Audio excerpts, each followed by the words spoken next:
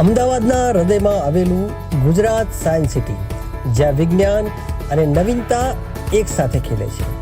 15 મેથી 31 મે 2025 દરમિયાન અહીં સમર સાયન્સ એનરિચમેન્ટ પ્રોગ્રામ 2025નું આયોજન થયું, જેમાં 700થી વધુ વિદ્યાર્થીઓએ વિજ્ઞાનની રોમાંચક દુનિયાનો અનુભવ કર્યો. 650 બેઠકોની સામે 1500થી વધુ વિદ્યાર્થીઓએ રજીસ્ટ્રેશન કરાવ્યું.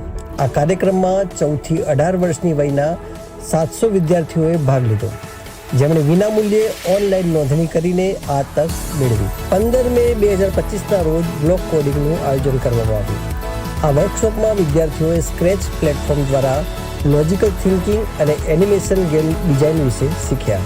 16 મે 2025ના રોજ રોબોટિક્સ વર્કશોપ, જેમાં વિદ્યાર્થીઓએ રોબોટિક્સ કિટના માધ્યમથી રોબોટ બનાવ્યા. તો 17 મે 2025ના રોજ આઈઓટી અને મોબાઈલ એપ ડેવલપમેન્ટનું આયોજન થયું. આ વર્કશોપમાં વિદ્યાર્થીઓ પોતાની એપ બનાવતા શીખ્યા અને હાર્ડવેર સાથે કનેક્ટ કરી ઇન્ટરેક્ટિવ આઈઓટી પ્રોજેક્ટ બનાવ્યા. 20 મે 3D મોડેલિંગ અને પ્રિન્ટિંગ, જેમાં વિદ્યાર્થીઓએ 3D પેન વડે ચશ્મા બનાવ્યા તેમજ વિદ્યાર્થીઓને 3D પેનની કીટ પણ આપવામાં આવી.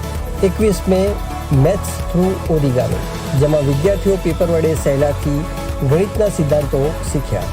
22 મે ફન વિથ ફિઝિક્સ, આ વર્કશોપમાં વિદ્યાર્થીઓને સ્ટેટિક ઇલેક્ટ્રિસિટી, આર્કિમિડીઝ સિદ્ધાંત અને રિફ્લેક્શન જેવા ભૌતિકશાસ્ત્રીય તત્વો સરળ પ્રયોગોથી સમજાવાયા. 23 મે વન્ડર ઓફ કેમિસ્ટ્રી, દૈનિક જીવનમાં ઉપયોગી કેમિકલ્સ વિશે જાણકારીની સાથે વિદ્યાર્થીઓએ કેમિકલ્સના કલરફુલ રિએક્શન અનુભવ્યા. 24 May electronic circuit making, PCB design, PCB પર કમ્પોનેન્ટ સોલ્ડર કરવાનો હેન્ડ્સ ઓન અનુભવની સાથે વિદ્યાર્થીઓ પાવર સપ્લાયના સર્કિટ બનાવવાનું શીખ્યા. 27 May internet of things technology on home automation, આ વર્કશોપમાં વિદ્યાર્થીઓએ આઈઓટી આધારિત સ્માર્ટ હોમ પ્રોજેક્ટ બનાવ્યા. 28 મે ટેલિસ્કોપ મેકિંગ, લેન્સ અને ફોકલ લેન્સની મદદથી વિદ્યાર્થીઓએ પોતાનું ટેલિસ્કોપ બનાવ્યું. 29 મે ડ્રોન અને એરોડાયનામિક્સ, વિદ્યાર્થીઓ ડ્રોન વિશે શીખ્યા, ત્યારબાદ જાતે બનાવેલું ડ્રોન રિમોટની મદદથી ઉડાવ્યું. મારું નામ ધન્ય છે. આજે અહીંયા ડ્રોનનો વર્કશોપ હતો. જે સર હતા એમને બધું જ બહુ જ સારી રીતે સમજાયું. એમને કીધું કે ડ્રોન ઉડાડવા માટે શું કરવાનું. અમે લોકોએ એમની હેલ્પથી પીપીટી બનાવી અને પછી એના પછી અમે લોકોએ નવા કોન્સેપ્ટ કર્યા કે કયા નવા ડ્રોન આવે છે. એના પછી અમે લોકોએ અહીંયા બહાર આવીને પ્રેક્ટિકલ પણ કર્યું. સરે બહુ બધા ડ્રોન્સ લાવીને 10-10 જણાઓની ટીમને આપ્યા હતા અને એમાં બહુ જ મજા આવી. 30 મે મોડેલ રોકેટરી, ન્યૂટનના નિયમોની મદદથી જાતે બનાવેલું રોકેટ લોન્ચ કર્યું અને સ્પેસ સાયન્સ વિશે વિદ્યાર્થીઓએ વિગતવાર માહિતી મેળવી. 31 મે ક્રિએટિવ ટોય મેકિંગ, વિદ્યાર્થીઓએ સરળ સામગ્રીની મદદથી વૈજ્ઞાનિક સિદ્ધાંતોને આધારિત રમકડા બનાવ્યા. આ હેન્ડ્સ ઓન વર્કશોપે તેમની સર્જનાત્મકતા અને શીખવાની મજા બંને વધારી. વર્કશોપ પૂર્ણ કર્યા બાદ દરેક વિદ્યાર્થીઓને સાયન્સ સિટીમાં આવેલ ગેલેરીઓની મુલાકાત કરાવવામાં આવી.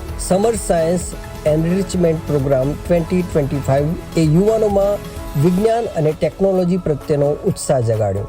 ગુજરાત સાયન્સ સિટી આગળ પણ આવા કાર્યક્રમો દ્વારા ભવિષ્યના વૈજ્ઞાનિકોને પ્રેરણા આપતું રહેશે. મારું નામ અકબર કુરેશી છે અને લાસ્ટ યર બી મેં અહીંયા સાયન્સ એક્ઝિબિશન્સમાં અને સાયન્સ વર્કશોપમાં કામગીરી કરેલ છે. પણ આ વર્ષનો કંઈક ઉત્સાહ કંઈક અનેરો હતો. વિદ્યાર્થીઓ બહુ જ ઉત્સાહી હતા અને અલગ અલગ ગ્રુપના વિદ્યાર્થી જોડે કામ કરવાની મને ખૂબ મજા આવી ગઈ છે. અને દરેક વિદ્યાર્થીની સ્કિલ ગઈ સાલ કરતાં વખતે વધારે ઇમ્પ્રૂવ જોવાની.